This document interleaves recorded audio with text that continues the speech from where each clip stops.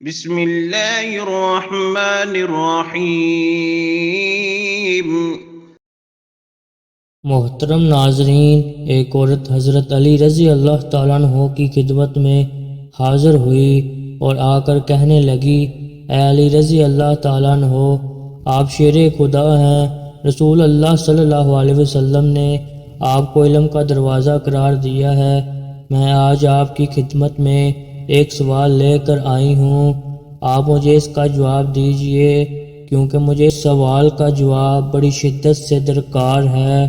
حضرت علی رضی اللہ تعالیٰ عنہ نے فرمایا، اے عورت، واقعتاً مجھے اللہ کے رسول صلی اللہ علیہ وسلم نے، میرے تایا زاد بھائی نے باقاعدہ یہ بات کہی ہے کہ میں علم کا دروازہ ہوں۔ آپ پوچھیں کہ تم کیا پوچھنا چاہتی ہو، میں تمہیں اس کا جواب دوں تاکہ تمہاری زندگی سہل ہو سکے۔ اب وہ عورت آپ رضی اللہ تعالیٰ عنہ سے کہتی ہے کہ اے علی، میں ایک شخص سے بڑی محبت کرتی ہوں اور وہ شخص مجھ سے محبت کرتا ہے۔ میں اس شخص سے محبت کرتی ہوں صرف اور صرف اپنی روح کی تسکین کے لیے، لیکن وہ شخص مجھے چھونے کی کوشش کرتا ہے، وہ میرے جسم کی جانب اپنا ہاتھ بڑھانے کی کوشش کرتا ہے، وہ مجھے چھو کر اپنی نفسیانی خواہشات اظہار کرنا چاہتا ہے، انہیں پورا کرنا چاہتا ہے، مکمل کرنا چاہتا ہے۔ اے علی، میں پوچھنا یہ چاہتی ہوں کہ کیا وہ میرے جسم کو اگر چھو لے، اگر وہ اپنی نفسیاتی خواہش کو پورا کر لے، اگر وہ اپنے نفس کی بھوک مٹا لے تو کیا یہ جائز ہے؟ کیا میں اس کے ساتھ اپنے جسم کو شیئر کر سکتی ہوں؟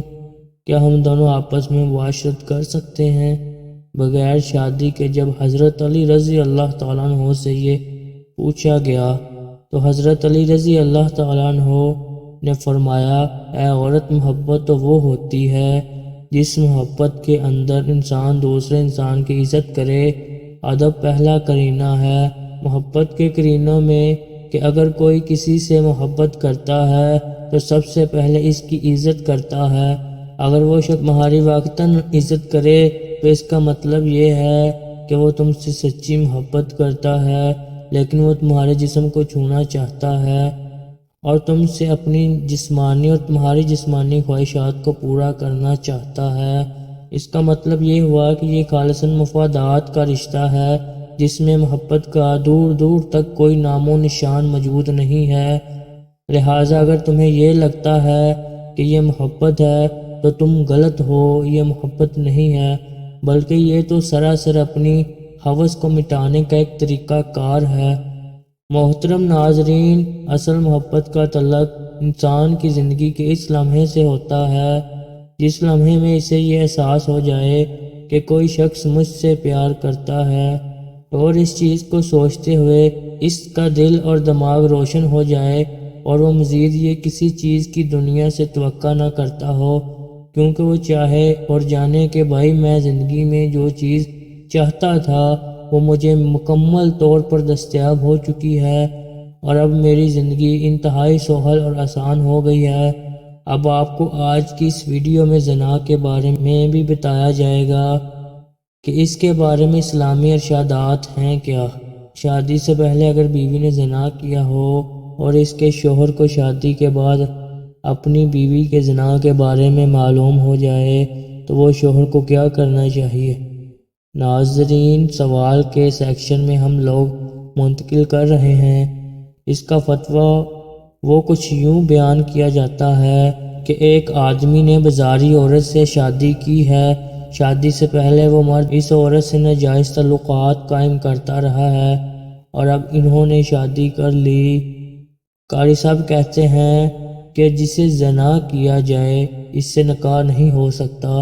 قاری صاحب کی بات درست ہے، واقعی ایسا نکاح حرام ہے۔ اللہ تعالیٰ فرماتے ہیں سورہ نور میں، اور حرام کیا گیا ہے اوپر ایمانداروں کے زانی کا زانیہ یا مشرکہ کے ساتھ اور زانیہ کا زانی یا مشرک کے ساتھ نکاح مومنوں پر حرام ہے۔ حافظ بن قیم رحمۃ اللہ فرماتے ہیں اس مقام پر زانی کا اسم اشارہ سے زنا مرد دینا ضعیف اور کمزور ہے۔ نیز نکاح کے سلسلے میں اللہ تعالیٰ کا فرمان وہ پاک دامن ہو، نہ علانیہ زنا کرنے والی، نہ چھپے یاروں والی، اور نہ پکڑنے والے، نہ چھپے دوست۔ اس بات کی دلیل ہے کہ نکاح منعقد ہونے کے لیے مرد اور عورت دونوں کا عفیف اور پاک دامن ہونا بہت ضروری ہے۔ محترم ناظرین، اگر کوئی عورت مرد زنا کر لیں تو کیا ان دونوں کا آپس میں نکاح جائز ہوگا؟ اور اگر شادی کے بعد پتہ چلے کہ میاں بیوی میں سے کسی ایک نے ماضی میں زنا کیا تھا تو ان کے نکاح کا کیا حکم ہوگا؟ بہت سی چھوٹی باتوں کی طرح ایک یہ بھی ہمارے معاشرے میں کم علمی کی وجہ سے مشہور ہے کہ زنا کرنے والے مرد اور عورت آپس میں نکاح ہی نہیں کر سکتے، جبکہ یہ بات غلط ہے۔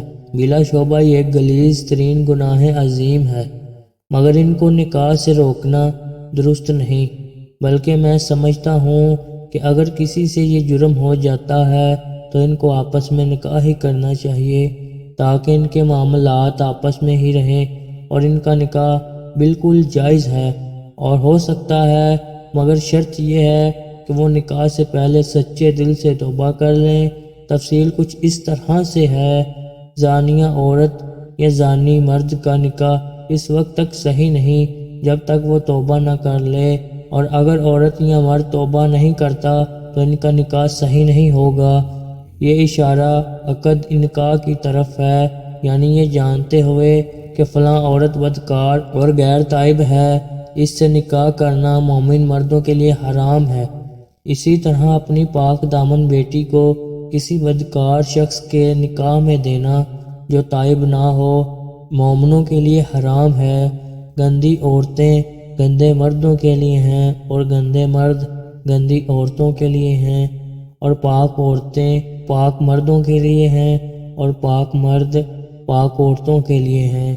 اللہ تعالیٰ نے دوسرے مقام پر بھی مردوں اور عورتوں کے نکاح کے لیے دونوں کے پاک دامن ہونے کی اور بدکاری نہ ہونے کی شرط لگائی ہے، اور مومن عورتوں میں سے پاک دامن عورتیں اور ان لوگوں کی پاک دامن عورتیں جنہیں تم سے پہلے کتاب دی گئی، جب تم انہیں ان کے مہر دے دو، اس حالت میں کہ تم قیدی نکاح میں لانے والے ہو، بدکاری کرنے والے نہیں، اور نہ چھپی آشنائیں بنانے والے۔ شان و نزول میں مروی حدیث رسول اللہ صلی اللہ علیہ وسلم سے بھی ثابت ہوتا ہے کہ بدکار عورتوں یا بدکار مردوں سے جو تائب نہ ہوں نکاح حرام ہے۔ عبداللہ بن عمر بیان کرتے ہیں کہ ایک آدمی جسے مرثد بن ابی مرثد کہا جاتا تھا، وہ مکہ سے قیدی اٹھا کر مدینہ لایا کرتا تھا، اور مکہ میں ایک بدکار عورت تھی جسے عناق کہا جاتا تھا، وہ اس کی دوست تھی۔ مرثد بن ابی مرثد نے مکہ میں قید ایک آدمی سے وعدہ کیا تھا کہ وہ اسے اٹھا لے جائے گا۔ اس کا بیان ہے کہ میں مکہ میں آیا اور میں چاندنی رات میں مکہ کی ایک دیوار کے سائے میں تھا کہ عناق آئی، اس نے دیوار کے ساتھ میرے سائے کا حوالہ دیکھا۔ جب وہ میرے پاس پہنچی تو اس نے مجھے پہچان لیا، کہنے لگی مرثد ہو؟ میں نے کہا مرثد ہوں۔ کہنے لگی مرحباً و اہلاً، آؤ ہمارے پاس رات گزارو۔ میں نے کہا عناق، اللہ نے زنا حرام کر دیا ہے۔ اس نے آواز دی خیموں والو، یہ وہ آدمی ہے جو تمہارے آدمی اٹھا لے جاتا ہے۔ چنانچہ 8 آدمی میرے پیچھے لگ گئے اور میں مکہ کے پہاڑ کھندمہ پر چلنے لگا، حتیٰ کہ اس کی ایک غار تک پہنچ کر اس میں داخل ہو گیا۔ وہ لوگ آئے حتیٰ کہ میرے سر پر کھڑے ہوئے اور انہوں نے پیشاب کیا تو ان کا پیشاب میرے سر پر گرا، مگر اللہ تعالیٰ نے انہیں مجھ سے اندھا کر دیا۔ پھر وہ واپس چلے گئے۔ میں بھی دوبارہ اپنے ساتھی کے پاس آیا اور اسے اٹھایا۔ وہ آدمی بھاری تھا، یہاں تک کہ میں اسے اذخر تک لے آیا، یعنی مکہ سے باہر جہاں اذخر غاز تھی۔ اس کی بھاری بیڑی کھولی اور اسے اس طرح لے کر چلا کہ میں اسے اٹھاتا تھا اور وہ مجھے تھکا دیتا تھا، حتیٰ کہ میں مدینہ پہنچ گیا تو میں رسول اللہ صلی اللہ علیہ وسلم کے پاس آیا اور کہا، یا رسول اللہ، میں اناق سے نکاح کر لوں؟ میں نے 2 مرتبہ یہ بات کہی۔ پہلے تو رسول اللہ صلی اللہ علیہ وسلم خاموش رہے، مجھے کوئی جواب نہیں دیا۔ تو پھر رسول اللہ صلی اللہ علیہ وسلم نے فرمایا، مرشد کسی زانیہ یا مشرکہ سے، اور جو زانیہ یا مشرکہ ہے اس سے نکاح نہیں کرتا مگر جو زانی یا مشرک ہے، اس لیے تو اس اناق سے نکاح مت کر۔ سنن ابو داؤد کی شرح المعبود میں لکھا ہے، اس حدیث میں دلیل ہے کہ کسی بھی شخص کے لیے ایسی عورت سے نکاح کرنا جائز نہیں جس سے زنا کا اظہار ہو چکا ہو، اور یہ مومنوں پر حرام کر دیا گیا ہے۔ زانی مرد اور زانیہ عورت سے نکاح حرام ہونے کی یہ واضح دلیل ہے۔ جب تک وہ توبہ نہیں کرتے اس سے نکاح حرام ہے، اور اسی طرح زانی مرد سے بھی جب تک وہ توبہ نہ کرے نکاح کرنا جائز نہیں۔ لیکن اگر زانی مرد یا زانیہ عورت زنا کے بعد سچی توبہ کر لیں اور اپنے گناہ پر شرمندہ ہوں تو ان کا آپس میں بھی نکاح جائز ہے اور کسی اور کے ساتھ بھی جائز ہے۔ جیسا کہ کوئی مشرک مرد یا عورت شرک سے توبہ کر کے مسلمان ہو جائے تو ان کے ساتھ نکاح جائز ہے مکمل، جس نے توبہ کی اور ایمان لے آیا اور عمل کیا۔ نیک یہ لوگ ہیں جن کی برائیاں اللہ نیکیوں میں بدل دے گا، اور اللہ ہمیشہ بے حد بخشنے والا، نہایت رحم کرنے والا ہے۔ دعا ہے کہ اللہ تعالیٰ میرا سنانا اور آپ کا سننا اپنی بارگاہ الہی میں قبول و منظور فرمائے، آمین ثم آمین۔ تمام دوستوں سے گزارش ہے کہ اللہ تعالیٰ کے 99 ناموں میں سے ایک نام کمنٹ میں ضرور لکھیں۔